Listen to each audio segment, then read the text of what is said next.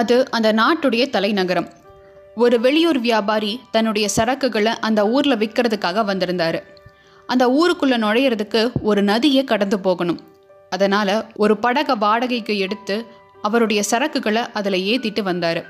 படகு கரைக்கு வந்ததும் அந்த வியாபாரி சரக்குகளை இறக்கிறதுக்காக முயற்சி பண்ணும்போது அந்த படகுக்காரன், இதை எதுக்கு இறக்குறீங்க, இதெல்லாம் என்னுடைய சரக்கு அப்படின்னு சொன்னான். இதை கேட்ட வியாபாரிக்கு அதிர்ச்சியாக இருந்தது. அவன் கூட எவ்வளவோ போராடியும் பயன் இல்லாததுனால அந்த ஊர் தலைவர்கிட்ட போய் நடந்த எல்லாத்தையும் சொல்லி தான் சரக்கை அந்த படகுக்காரங்கிட்ட இருந்து மீட்டு தரும்படி கேட்டுக்கிட்டாரு இந்த வியாபாரி. அவங்கள கூப்பிட்டு விசாரித்த போது 2 பேருமே அந்த சரக்கு தங்களுடையதுதான்னு சொல்லி விவாதம் பண்ணாங்க. படகுக்காரன், வியாபாரி 2 பேருமே வெளியூர் ஆளுங்கிறதுனால யார் சொல்கிறது உண்மைன்னு தலைவருக்கு தெரியல. டேய், தப்பு பண்ணவனை மட்டும் கண்டுபிடிச்சேன், நீங்கள் நினச்சி கூட பார்க்க முடியாத தண்டனை கிடைக்கும் அப்படின்னு சொல்லி எவ்வளவோ மிரட்டி பார்த்தாரு.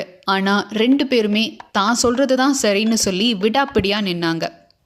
இதை ஒரு தந்திரமான முறையில் தான் சரி பண்ணணும் அப்படின்னு முடிவு பண்ண தலைவர் இந்த பிரச்சனைக்கு அடுத்த நாள் தீர்ப்பு சொல்கிறதா சொல்லி அவங்க 2 பேரையுமே அனுப்பி வச்சார். அடுத்த நாள் அந்த ஊரில் இருந்த ஒரு உள்ளூர் வியாபாரியை கூப்பிட்டு அவர்கிட்ட ஏதோ ஒரு ரகசியம் சொல்லி அனுப்புனார். தலைவர் சொன்ன மாதிரியே அந்த வியாபாரி படகுக்காரங்கிட்ட போய் படகுல என்ன சரக்கு இருக்குது அப்படின்னு கேட்டார். படகுக்காரன் அந்த பொருட்களை பற்றின விவரங்களை எல்லாம் சொன்னான். இதெல்லாம் என்ன விலைக்கு போகும்? ஐயா, இதோட மொத்த மதிப்பு 10,000 ரூபாய். எனக்கு லாபம் நிற்கிற மாதிரி இது கூட கொஞ்சம் சேர்த்தி கொடுத்தீங்கன்னா பரவாயில்ல. ஐயய்ய, இந்த மாதிரி சரக்கெல்லாம் கடை வீதியிலே நிறையா இருக்குது. நீ சொல்கிற விலைக்கெல்லாம் கட்டுப்படியாகாது. 5,000 ரூபாய்க்கு கொடுக்குறதா இருந்தால் சொல்லு, நாளைக்கே பணம் கொடுக்குறேன் அப்படின்னு இந்த வியாபாரி சொல்ல அந்த படகுக்காரனும் அதுக்கு சம்மதிக்கிறான். சரி சரி, இந்த பொருட்களை எல்லாம் பார்க்காம எப்படி இதை வாங்குறது, முதல்ல இதெல்லாம் பிரித்து காட்டு அப்படின்னு அந்த வியாபாரி கேட்க படகுக்காரன் அங்கிருந்த பெட்டிகளை எல்லாம் திறந்து சரக்குகளை காமிச்சான். ஐயோ, இந்த பொருளோட தரம் ஒன்றும் சரியில்லையே, இதுக்கு போய் 5,000 ரூபாய் கொடுத்தா எனக்கு தான் நஷ்டம் வரும், இதெல்லாம் 3,000க்கு மேலே போகாது அப்படிங்கிறாரு வியாபாரி. அவர் கூட கொஞ்ச நேரம் போராடி பார்த்த படகுக்காரன் அன்னைக்கு ஊருக்கு போய் சேரணுங்கிற அவசரத்தில் ஏதோ கிடைச்ச வரைக்கும் லாபம் அப்படின்னு முடிவு பண்ணி 3,000 ரூபாய்க்கு அந்த சரக்குகளை கொடுக்கறதுக்கு ஒத்துக்கிறான். சரி, நாளைக்கு வந்து பணத்தை கொடுத்துட்டு சரக்கு எடுத்துகிட்டு போகிறேன் அப்படின்னு சொல்லி அந்த வியாபாரி அங்கேருந்து கிளம்பிட்டார். அதே மாதிரி இவர் அந்த வெளியூர் வியாபாரிக்கிட்டையும் போய், நீ வெளியூர்லேருந்து சரக்கு கொண்டு வந்திருக்கிறதா தலைவர் சொல்லி கேள்விப்பட்டேன், எனக்கு கட்டுப்படி ஆச்சுன்னா உன்னுடைய சரக்குகளை நானே எடுத்துக்கலான்னு நினைக்கிறேன், அதுக்குண்டான விலையை சொல்லு அப்படின்னு கேட்குறாரு.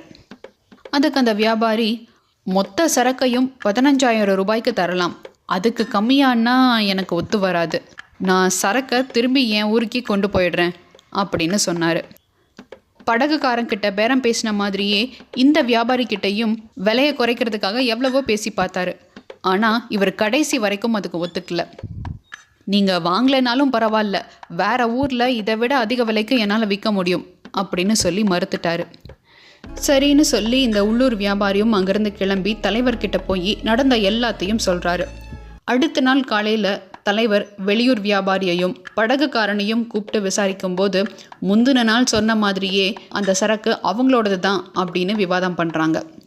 தலைவருக்கு சரியான கோபம் வந்துடுச்சு. உடனே படகுக்காரனை பார்த்து, நீ பொய் சொல்கிற, நேற்று உள்ளூர் வியாபாரிக்கிட்ட இந்த பொருளை 3,000 ரூபாய்க்கு விற்க ஒத்துக்கிட்ட, இது உன்னுடைய பொருளாக இருந்திருந்தா 15,000 ரூபாய் மதிப்புள்ள பொருளை நீ இவ்வளவு கம்மியான விலைக்கு விற்கிறதுக்கு ஒத்துக்க மாட்ட, ஒழுங்காக உண்மையை சொல்லு, இல்லைன்னா உனக்கு கடுமையான தண்டனை கிடைக்கும் அப்படின்னு சொல்லி சத்தம் போடுறாரு. அந்த படகுக்காரனும் பயந்து போய் உண்மையை ஒத்துக்க அவனுக்கு 10 சவுக்கடிகள் தண்டனையாக கொடுக்கப்பட்டுச்சு. நாம் சின்ன வயசில் இருக்கும்போது ஏதோ ஒரு பொருளுக்காகவோ ஒரு பொம்மைக்காகவோ ஆசைப்பட்டு அப்பா அம்மாட்ட கேட்போம். அந்த காலத்து பெற்றவங்க எதையுமே கேட்ட உடனே வாங்கி கொடுக்க மாட்டாங்க. தேவைக்கும் ஆசைக்கும் வித்தியாசம் தெரிஞ்சு எது நமக்கு தேவையோ அதை மட்டும்தான் வாங்கி கொடுப்பாங்க. பல நாள் அந்த பொருளுக்காக காத்திருந்து அதுக்காக ஏங்கி அது நம்ம கைக்கு வரும்போது அதோட மதிப்பே வேறங்க.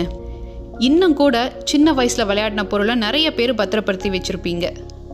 ஆனால் ஆசைப்பட்ட பொருள் ரொம்ப சிரமப்படாமல் கஷ்டப்படாமல் உடனே நமக்கு கிடைச்சிருச்சுன்னா அதோடைய மதிப்பு நமக்கு தெரியாது. 2 நாளோ 3 நாளோ அந்த ஆசை தீர்ந்ததும் அந்த பொருள் உடஞ்சி போய் ஒரு மூலையில் கிடக்கும். இது குழந்தைங்களுக்கு மட்டும் இல்லைங்க, நமக்கும் பொருந்தும்.